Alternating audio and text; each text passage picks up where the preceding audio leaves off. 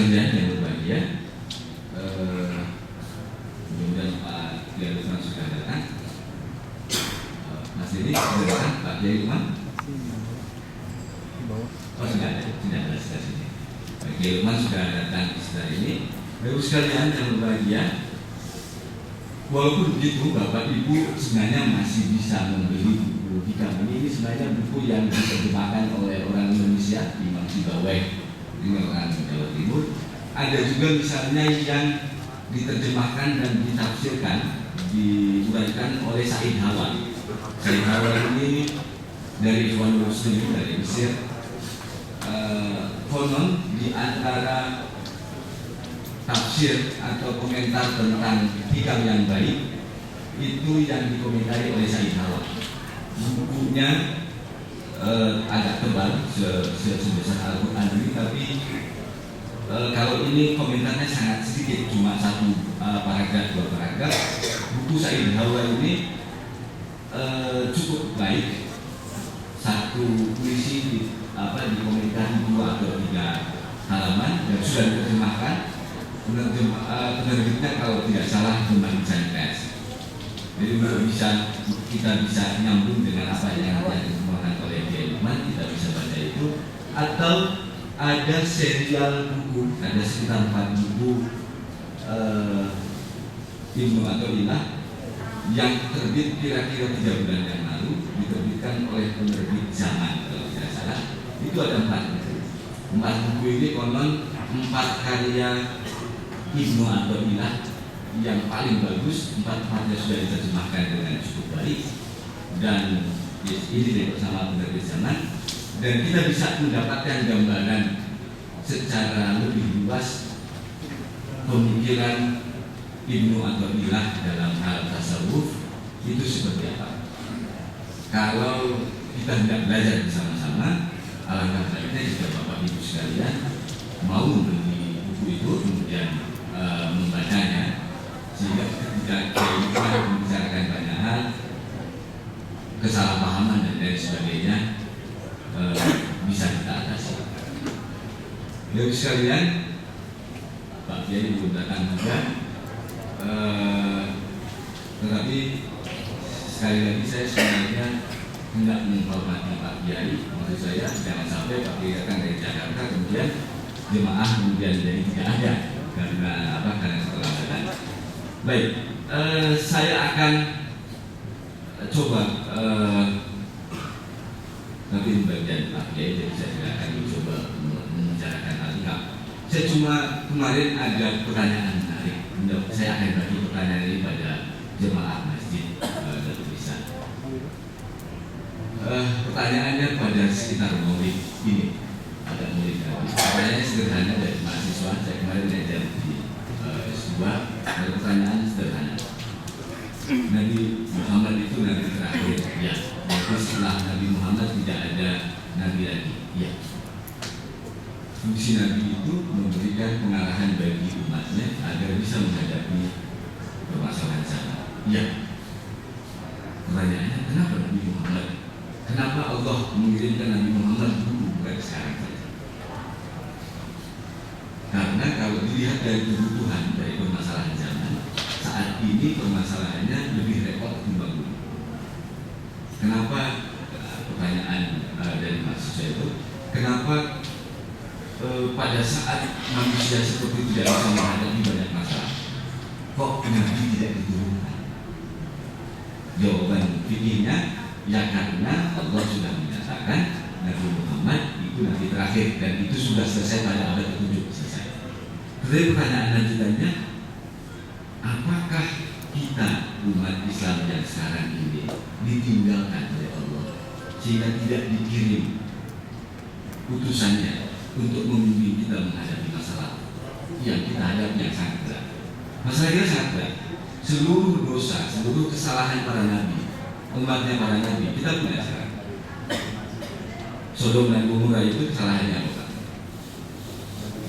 Hubungan sejenis. Hubungan sejenis sudah ada di mana-mana kan ya. Kesalahan umat Nabi Nuh misalnya kalau kita klasifikasikan itu merusak alam. Kita punya, sekarang kita punya masalah. Nabi Musa musuhnya umatnya itu misalnya masyarakat yang dikendalikan oleh sihir dan takut oleh kekuasaan. Saat ini kita banyak dipengaruhi oleh sihir dan takut oleh kekuasaan.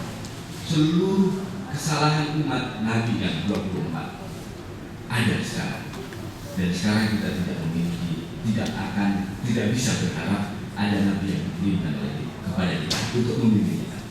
Pertanyaannya waktu itu, apakah kita ini ditinggalkan untuk menghadapi sendiri, atau kita ini sebenarnya dipercaya? Pilihan saya waktu itu ketika mendapatkan pertanyaan dari mahasiswa, yakinlah bahwa kita dipercaya. Semua kita, Bapak Ibu sekalian, anak Bapak Ibu sekalian, mungkin cucunya juga, itu dipercayai oleh Allah untuk bisa menghadapi semua persoalan itu tanpa harus dikirim utusan Allah.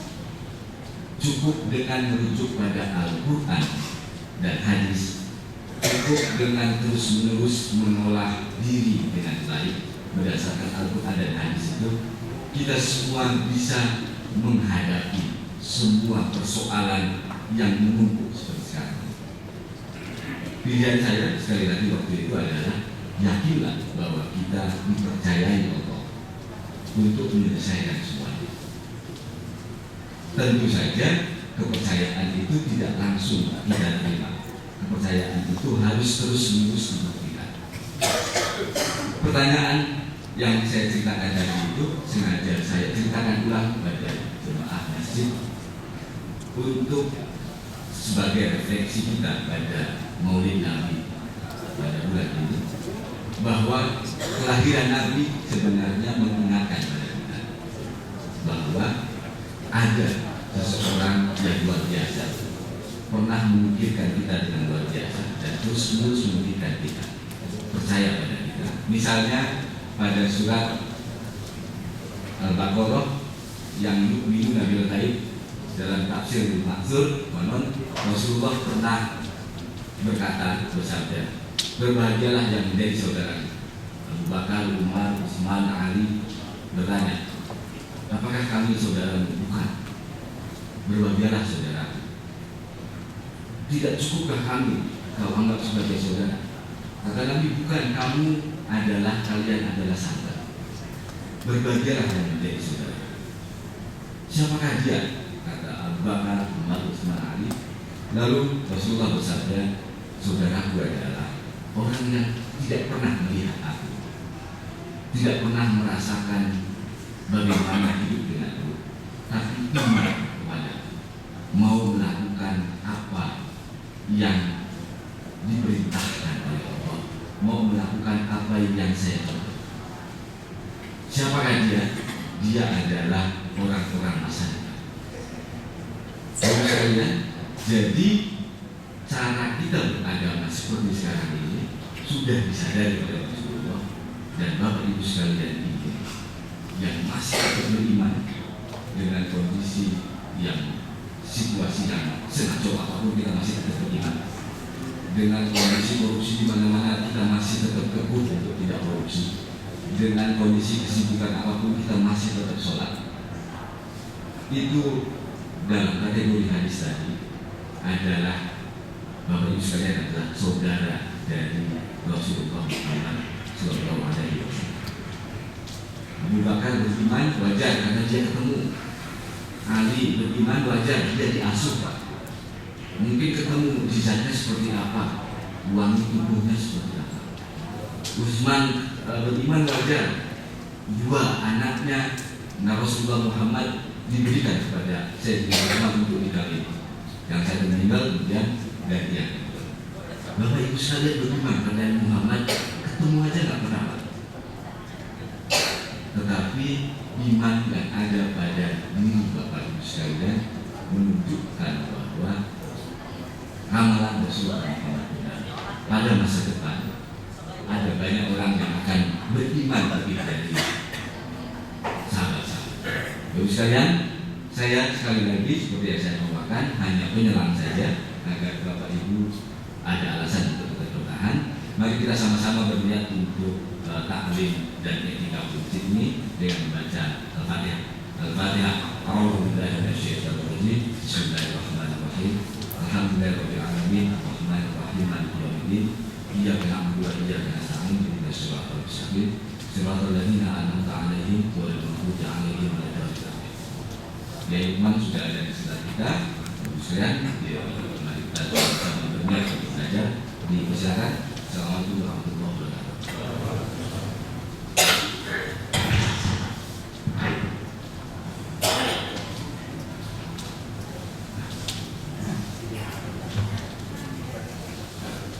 Assalamualaikum warahmatullahi wabarakatuh. Bismillahirrahmanirrahim. Alhamdulillahirabbil alamin. Allahumma shalli ala sayyidina Muhammad wa ala alihi wa sahbihi wasallam. Bapak Ibu sekalian, pada siang hari ini saya ingin menyampaikan semacam mukadimah mengenai satu buku atau kitab yang sangat terkenal mulai abad 7 Hijriah sampai sekarang, dan kitab itu diterjemah hampir ke 50 bahasa di dunia Islam. Termasuk di Indonesia ada sekitar 7 bahasa Indonesia, ada bahasa Madura, bahasa Jawa, bahasa Sunda, kemudian ada bahasa lokal. Kitab ini ditulis oleh seorang ulama terkenal, beliau bermadhab Maliki. Mayoritas di Indonesia bermadhab Syafi'i, tapi ini bermadhab Maliki dan menjadi seorang guru besar waktu itu di Universitas Al-Azhar Kairo pada abad 7 Hijriah. Barangkali Bapak saudara sudah sangat akrab dengan kitab itu, namanya kitab Al-Hikam. Al-Hikam karya Muhammad Ibnu Athaillah As-Sakandari. Kitab ini sebenarnya terdiri dari hikmah-hikmah, tapi tidak seperti pada umumnya hikmah. Hikmah itu semacam mutiara-mutiara yang kebetulan ini juga mutiara rohaniah. Kalau para ulama sufi dulu mengatakan tasbihul wahid hikmah Allah, ungkapan nur itu cahaya itu melampaui, mendahului seluruh wacana-wacana mereka. Kalau kita itu membuat wacana, kita renungkan dulu, kita pikir dulu, baru kita bikin aksiomanya, baru jadi teori. Kalau para sufi sebaliknya, nur dulu melimpah, kemudian terskrim menjadi wacana hikmah luar biasa, dan bahkan mengandung filosofi juga yang luar biasa. Nah, karena itu Al-Hikam termasuk salah satunya, yang walaupun sekilas itu ungkapan mutiara, rupanya urutannya sekaligus. Jadi hikmah 1, hikmah 2, hikmah ketiga itu adalah rupanya urutan proses spiritualitas siapapun. Umat Islam manapun akan mengalami urutan persis seperti itu, sehingga kitab ini menjadi monumental sampai sekarang, dan setiap orang yang membaca kitab ini selalu menemukan makna yang berbeda. Hari ini kita membaca satu hikmah saja, 2 jam lagi kita membaca hikmah yang sama. Itu Anda pasti menemukan sesuatu yang baru dan berbeda lagi. Besok pagi Anda membaca kalimat yang sama, Anda akan memiliki persepsi yang berbeda lagi. Terus, dan itu dialami oleh seorang Syekh Ahmad Zahid dari Maluku, dari Fes. Beliau generasi ketiga setelah ilmu atau Sakandari yang wafat di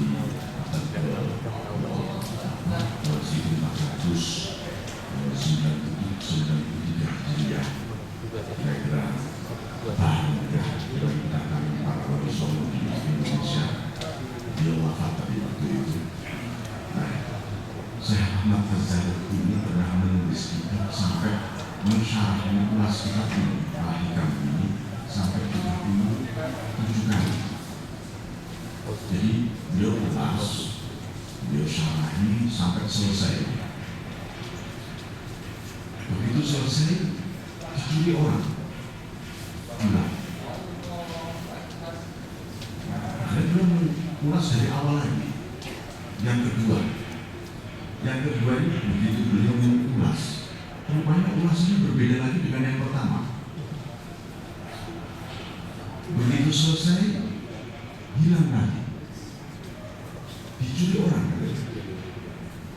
Ini ada pencuri kitab baru ini, mungkin pencuri dari Baghdad ya.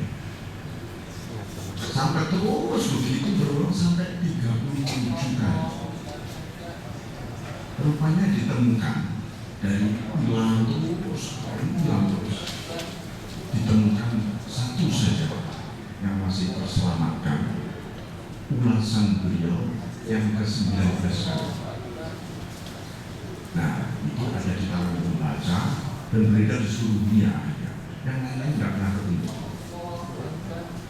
Ini juga pernah dialami oleh Syekh Muhyiddin Ibnu Arabi. Ada karya-karya rahasia beliau yang begitu tulis, waktu dibaca di depan muridnya, diletakkan di meja. Nah, kalau ini hilang dengan sendiri yang tidak dicuri, tiba-tiba hilang tiba-tiba. Beliau mengatakan, saya tidak tahu itu hilang, diambil malaikat apa diambil setan, apa ditelan bumi katanya. Barangkali memang ada rahasia-rahasia yang tidak boleh disampaikan. Nah, kitab Al-Hikam ini ditulis Ibnu Athaillah As-Sakandari. Beliau seorang ulama besar sezaman dengan Ibnu Taimiyah.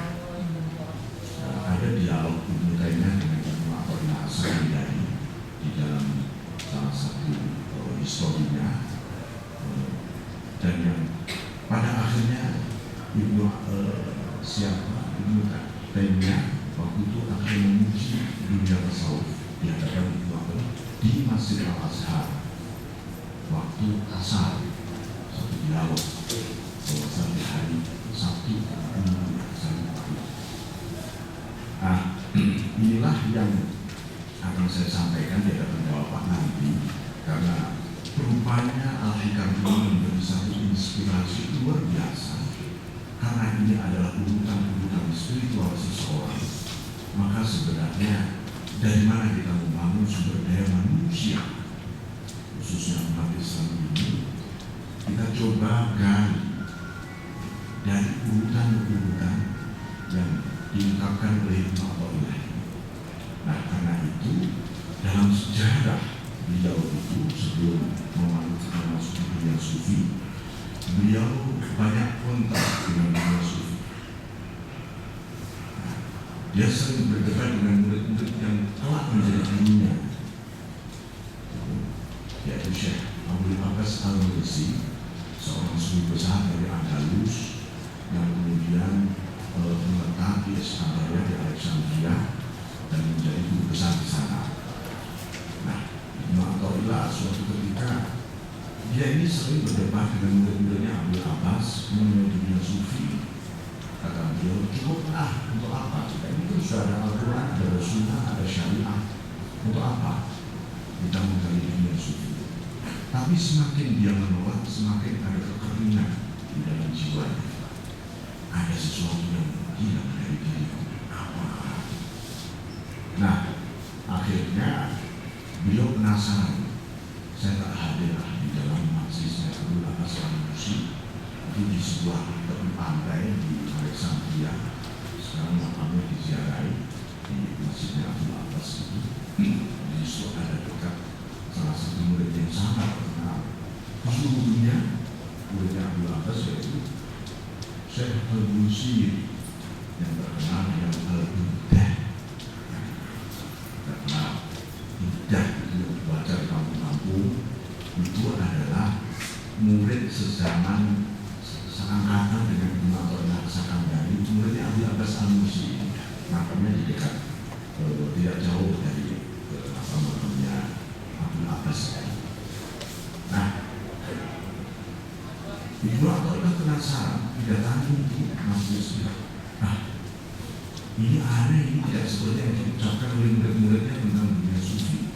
Ini kok beda pengajian? Ya ikuti terus. Begitu murid-muridnya sudah bubar di pengajian, beliau diam majelis. Akhirnya panggil anak muda, kemari kata Abbas. Panggil, diajak ke dalam kamar sama khusus beliau. Ibnu Athaillah mengatakan dalam hatinya, apa yang dikatakan oleh Abbas Al-Mursi ini sungguh bukan kata-kata, ungkapan aksioma pemikiran manusia tentang agama, tentang Islam, tapi benar-benar faidul ilahi. Itu tadi yang saya dengar berlimpahan-limpahan ilham ilahiyah. Beliau mengungkapkan mengenai Islam, iman, ihsan. Itu ungkapan belum pernah dia dengar dari seluruh pandangan para ulama-ulama dahulu, mulai zaman sahabat sampai abad 7 Hijriah ketika itu. Ini dasar.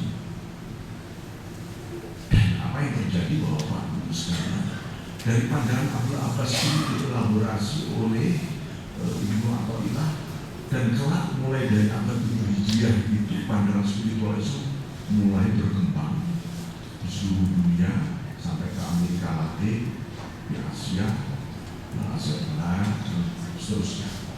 Yang perkembangan Islam di Indonesia, perkembangan dibawa oleh para aulia, para sufi yang begitu cepat kemudian perkembangannya. Nah, Ibnu Athaillah ini salah satu monumen yang luar biasa, karena melalui Al-Hikam ini, karya monumental beliau ini yang kelak nanti akan beberapa saat nanti akan kita sampaikan, gitu ya, ungkapan-ungkapan beliau yang rasanya setiap satu hikmah itu seperti bom atom, rasanya begitu menurut saya ya. Ada satu daya meledak yang luar biasa bagi reform spiritual siapapun di sini. Nah itu Ibnu Athaillah kemudian bertanya, wahai guru, boleh nggak saya jadi murid Anda? Oh ya. Ada apa? Anda kok merasa galau? Iya, saya punya satu penyakit. Selama 15 tahun saya sembuhkan dengan doa. Saya minta didoakan kepada kiai-kiai lain, kalau sekarang begitu mungkin ya, ulama-ulama. Bahkan saya puasa setiap hari supaya penyakit saya ini hilang. Malam saya tahajud supaya hilang penyakit. Tapi semakin tidak ada penyakit. Penyakitmu apa? Penyakit saya yang sederhana, yaitu rasa tidak enak dalam hati kalau lagi berbuat baik. Jadi kalau lagi mau berbuat baik, bersedekah, mau orang, sholat, zikir, baca Quran, mau ngajar, semua perbuatan baik, itu selalu muncul dari rasa tidak enak, ada yang gandel. Apa jawab Ibnu Abdul Abbas Al-Mursi? Hakul ibad Allahi akbar. Hak seorang hamba, la khawmisana. Hak seorang hamba kepada Tuhan itu hanya 4, tidak sampai 5. Kamu muter-muter juga balik hidup ini, nggak lebih dari 4 hari saja. Apa? 1, kalau kamu bisa taat, bisa ibadah, bisa berbuat baik, hakmu adalah syukurul minnah. Saksikan itu anugerah Allah, bukan ikhtiarmu, bukan usahamu, bukan perjuanganmu. Itu anugerah Allah yang sedang melimpah. Itu. Kedua, kebalikannya, taat kalau kamu sedang maksiat, sedang berdosa, hakmu taubat,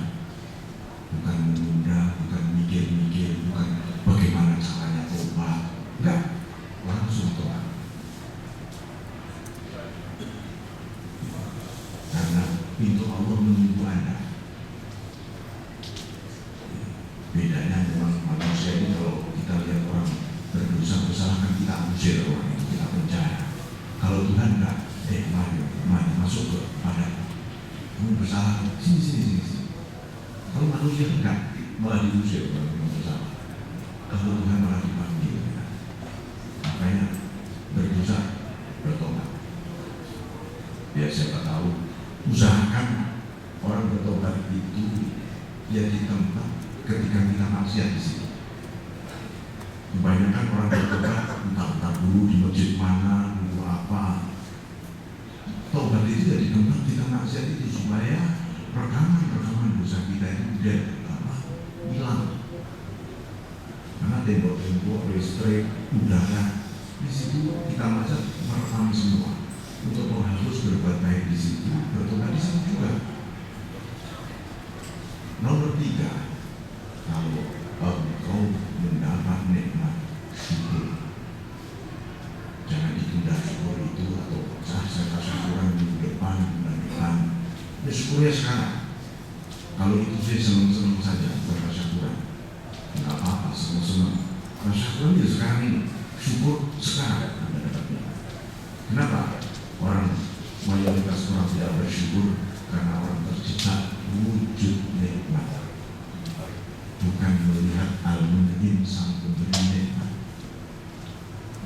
Nomor 4, kebalikannya nikmat baliyah, cobaan. Kalau Anda dapat cobaan, kata beliau, sabar dan ridho. Jangan dapat cobaan musim stres, jangan. Atau solusinya apa ini ya? Nggak bisa. Begitu dapat cobaan, sabar. Tidak sabar. Nanti akan muncul sendiri solusinya. Nah, apa kata Ibnu Athaillah setelah mendengar kalimat gurunya ini? Beliau mengatakan, seketika itu rasa penyakit saya tidak enak lagi selama 15 tahun itu. Hilang aja. Dan sejak saat itu sampai sekarang, beliau mendampingi Abu Abbas sampai beliau wafat itu 12 tahun.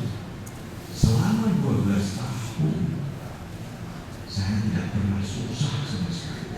Bahkan saya lupa disebut susah itu seperti apa ya. Lupa dia. Susah ya. Stres. Saya sudah lupa susah itu kayak apa. Sejak saat itu. Karena apa? Hidup ini ya lingkarannya apa tadi? Kalau kita tidak sedang taat, mungkin kita ya pasti sedang maksiat. Kalau tidak sedang dapat nikmat, ya pasti sedang dapat cobaan kita. Ya, semangat itu aja hidup ini, muternya. Nah, 4 itulah yang kemudian juga tersimbol banyak nanti di dalam Al-Hikam ini. Nah, karena itu membangun manusia sebenarnya juga sangat sederhana. Yang penting bahwa Ibnu Athaillah di dalam Al-Hikam nanti kami isinya juga isinya nur, ya, cahaya-cahaya yang melimpah dari ilham ilahiyah yang kemudian menjadi hikmah yang di situ isinya mawaid, nasihat. 2, ada peringatan indah, ya, peringatan, tapi juga ada semacam batasan-batasan yang ini kalau kita ini naik mobil udah tahu ya jurusan Anda ke Jakarta lewat ini jelas semua begitu naik. Nah ini pada kita ini ya saya sedang berjalan menuju kepada Allah, jurusannya ini, jalannya ini. Tapi begitu Anda setir mobil, naik sepeda motor atau naik kendaraan apa, ternyata mulai ada aturan lagi, ada rambu-rambu di situ. Kecepatan tidak melebihi sekian. Kalau lambat di jalan tol diderek. Kalau cepat, ya, membahayakan. Jalan spiritual itu juga seperti itu. Seseorang nggak ngerti saya ini lambat, pas, atau terlalu kenceng ya. Banyak orang yang terlalu kenceng akhirnya malah stres, membahayakan dirinya dan membahayakan orang lain. Kenapa? Dia tidak pernah melihat, dan karena dia juga tidak tahu sebenarnya batasan-batasan membromnya seberapa, caranya menggunakan ini juga kayak apa dan seterusnya. Ada juga yang pasif saja, orang kita udah tahu Jakarta itu di sana, dia tahu petanya begini, dia cukup lihat peta saja. Dia bilang saya sudah nyampe Jakarta, memang sudah jelas. Tapi dia di rumah aja, tapi dia merasa sudah puas, dia bilang dia sudah sampai Jakarta. Ada orang menempuh jalan spiritual seperti itu, ya, udah dia baca buku semuanya tentang dunia spiritual, dunia rohani. Dia puas, dia bilang saya sudah sampai kepada Tuhan.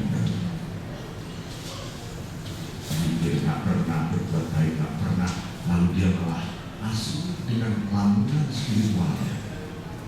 Nah, inilah Imam Al-Ghazali kemudian menulis satu kitab khusus judulnya Al-Kashful Tadli fi Ulumul Khalqi Ajma'in. Artinya kitab itu panjang, tapi kitabnya padahal tipis banget, tapi judulnya panjang banget. Arti judul kitab itu membuka dan menjelaskan mengenai tipu daya bagi orang yang mengamalkan agama. Tipu daya bagi ahli ibadah itu apa saja dijelaskan. Tipu daya bagi para ulama itu apa saja. Paling banyak itu tipu daya bagi para ulama, itu sampai 11 tipu daya dibanding yang lain. Nah, karena itu tragedinya juga lebih seru ini menimpa para ulama.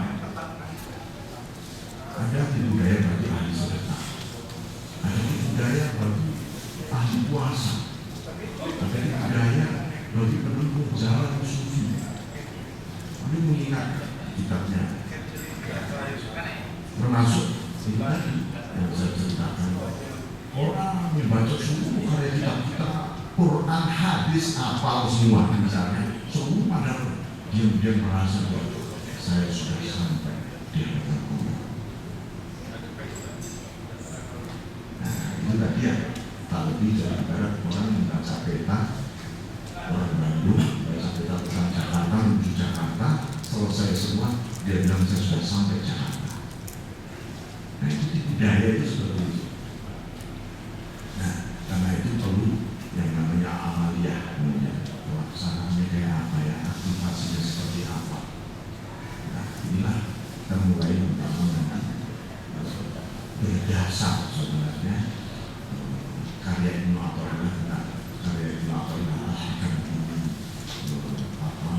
memberi refresh ya terhadap cara pandang kita. Barangkali mungkin ibarat sungai, dulu sumbernya menyimpang, begitu mengalir nyampe ke lautan sudah semua campur limbah macam-macam. Nah, Ibnu Athaillah ini bukan kepengen mengembalikan kita ini ke sumber yang bening tadi, bukan, tapi malah beliau mengarahkan air sungai yang sudah jadi limbah macam-macam ke samudra.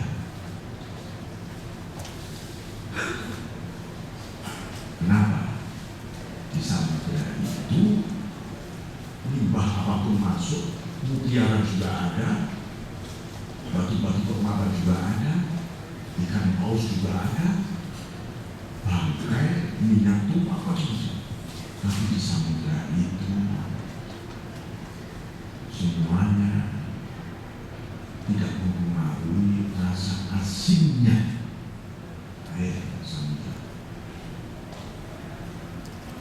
Nah, karena kita ini sudah berada dalam satu fakta bahwa punya kenyataan itu usia sekian, tahun sekian, masa saya nggak bisa bertemu Allah walaupun dosa sudah menumpuk. Oh ya, kalau kita masuk ke samudra menjadi berbeda sekarang.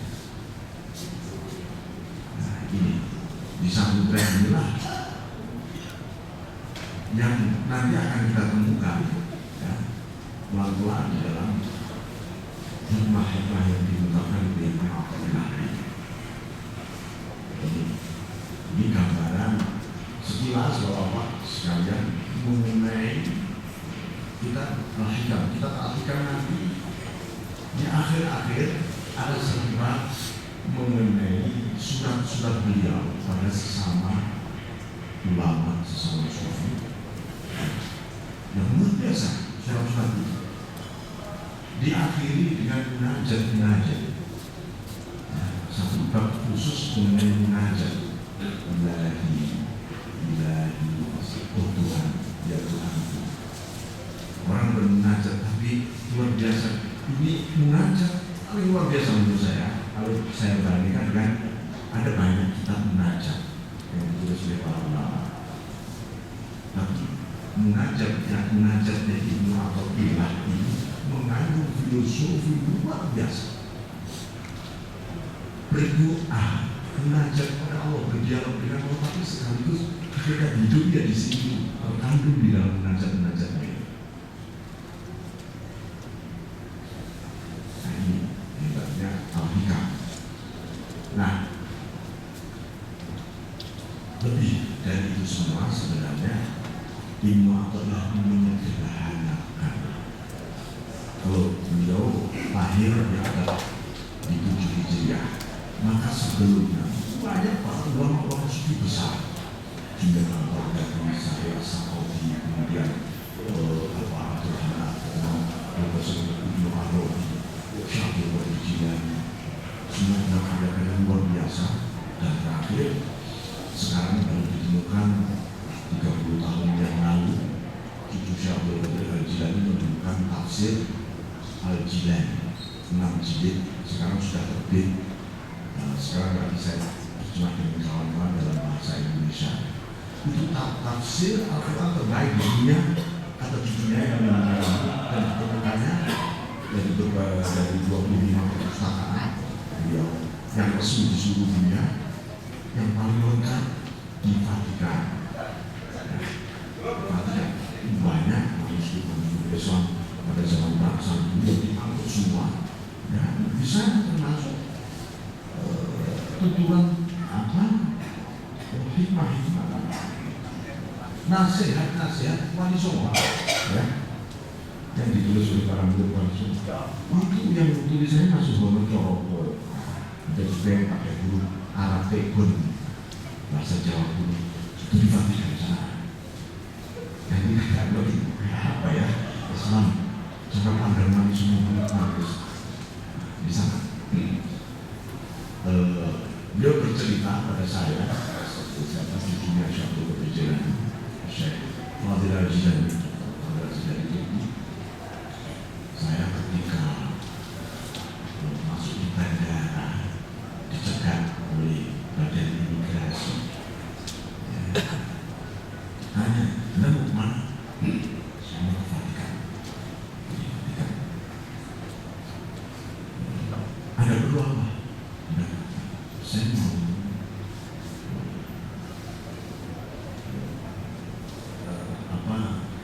kawan dia yang dikatakan menjelaskan ini mau meneliti naskahnya Syekh Abdul Qadir Al-Jilani dan ini adalah keluarganya."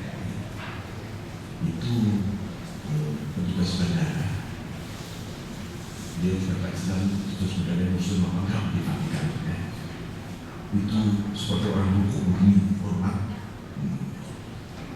Dia bilang, Abdul Qadir Jilani, Abdul Qadir Jilani, Abdul Qadir Jilani. 3 kali menyebut itu. Saya Rasul Muslim. Sudah begitu. Bengong juga di dunia. Wah, aneh. Nah, ini tafsir Syekh Abdul Qadir. Tafsir yang ditafsiri secara syariat maupun secara hakikat. Ada tafsir sufi sebelumnya ditulis oleh Al-Bushairi, Ibnu Arabi, kemudian Abdurrahman As-Sulami juga. Tapi Syekh Abdul Qadir sistematis besar. Tak besar. Insya Allah nanti kalau itu terbit, barangkali orang akan memahami hakikat Al-Quran itu kayak apa. Dan anehnya di tafsir ini, setiap basmalah di 113 surat, 114 ada satu yang tidak ada basmalah, surat At-Taubah. Itu terjemahannya berbeda-beda, tafsirnya berbeda-beda basmalah. Rupanya beliau basmalahnya Al-Baqarah misalnya panjang sekali tafsirnya adalah kesimpulan yang terkandung di Al-Baqarah itu yang ada di basmalahnya Al-Baqarah. Basmalahnya An-Nisa seluruh surat ada di basmalahnya An-Nisa. Dasarnya tafsir itu begitu ya.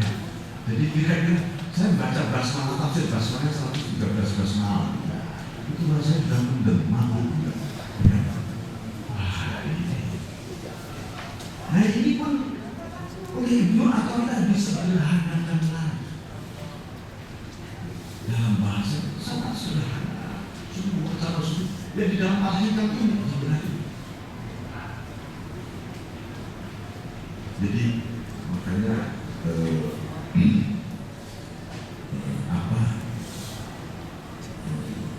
ada seorang sufi mengatakan kalau seandainya boleh orang sholat membaca selain Al-Quran, saya akan membaca hikmah-hikmah Al-Quran ketika sholat. Ada lagi seorang sufi yang baru saja dari gila-gila itu lalu masuk jalan sufi, diperintah oleh gurunya membaca Al-Quran. Begitu membaca Al-Quran, tiba-tiba dibuka masalah. Oh, ulama si A itu posisinya diartikan di sini, ulama si B di sini. Kelihatan ulama seluruh negerinya kelihatan semua, dan posisinya diartikan kelihatan semua.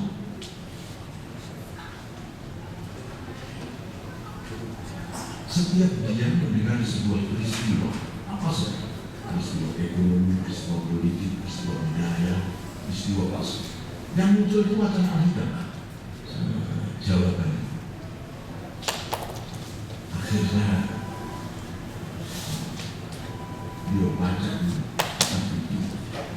Nah, suatu ketika ketersingkapan seperti itu hilang dari dirinya, lalu dia merasa apakah ini karena dosa dan maksiat saya kok saya tidak terbuka lagi. Saya merasa memilih Al-Hikam. Dia datang ke gurunya, guru, oh hilang pengalaman spiritual saya yang muncul dari Al-Hikam. Apa ini karena dosa-dosa saya? Apa jawab guru? Alhamdulillah, hilang dari Al-Hikam. Si muridnya kaget. Kenapa pun? Kalau sedikit saja itu berlanjut, kamu akan menjadi ulama yang sombong. Karena semuanya menangis. Alhamdulillah ditutup oleh Allah rahasia dari dirinya. Karena apa? Dia akan bisa apa istilahnya itu? Setiap orang itu diginiin gitu loh, ya, ditilangin gitu. Oh kamu di sini loh. Ya itu semua ada itu semua.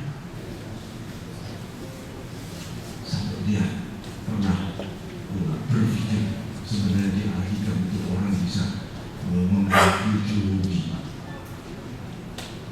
tentang apa yang bakal terjadi di rumah-rumah ke depan. Tapi alhamdulillah ditutup tadi. Bisa-bisa dia konsentrasi meramal masa depan, bukan menuju kepada Allah. Nah, tapi itu sekilas tentang misteri Al-Hikam ya. Saya kira itu Bapak sekalian sekadar penghantar, barangkali nanti kita akan mengeksplorasi bersama-sama ya apa yang tersembunyi di balik Al-Hikam ini. Al-Hikam ini juga sudah banyak diterjemahkan rekomendasi ada satu banyak terjemahan nggak benar, salah-salah terjemahannya juga ada. Ada terjemahan standar ya, yang kira-kira bagus sekali juga kita nggak tapi benar ini terjemahannya itu. Itu saya terjemahan Salim Bahres penerbit Surabaya, ya Ustaz Salim Bahres. Kemudian biasanya kuning jelek itu bukunya, tapi itu benar itu. Ada lagi ada terjemahan salah satu tebal itu 2 jilid malahan, tapi bahasanya agak Melayu. Itu terjemahan Syekh Muhyiddin Wali dari Aceh.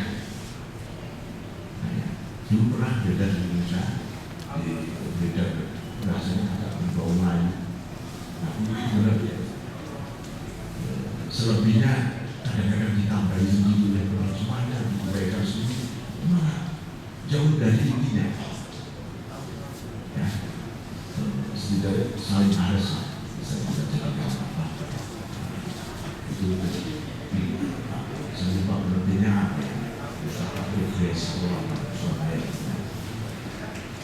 Di ini bahwa Ibnu Athaillah adalah tonggak yang kemudian berpengaruh terhadap gerakan sufisme, gerakan ruhaniah, gerakan spiritual, karena dunia sufi itu sebenarnya inti ajaran Islam yang diekspor dari al-ihsan, ada al-iman, al-ihsan, al-islam, ada al-ihsan.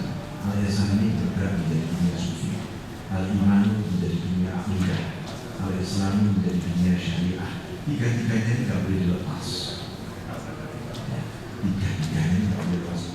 Oh, itu kontur, struktur, eksistensi diri kita. Diri kita ini ada wilayah lahir, physically, yang berhubungan dengan alam semesta, peralatan lahiriah, interaksi sosial. Itu ditata semua oleh al-Islam. Wilayah batin kita, wilayah yakinan, seterusnya iman itu di batin, itu wilayah iman. Ada rahasia batin, nah itu al-Ihsan. Nah, ini trilogi yang menjadi kepribadian kita. Orang kalau kepribadiannya yang utuh itu ya kadang-kadang ya pasti ada sesuatu yang kurang saja. Mungkin lahiriahnya luar biasa, batinnya kering. Ada batinnya luar biasa, lahiriahnya nggak bagus. Ada juga. Ah, ini perlu dihidupkan lagi lahiriahnya, syariahnya. Ada Islamnya bagus, ihsannya secara potensial bagus, akidahnya nggak benar. Nah, ini pincang juga. Nah, ini 3 hal ini kita mengawali membangun sebenarnya sumber daya umat ini dari 3 hal ini. Kalau ini dieksplor salah satu yang lain ditinggalkan, tetap saja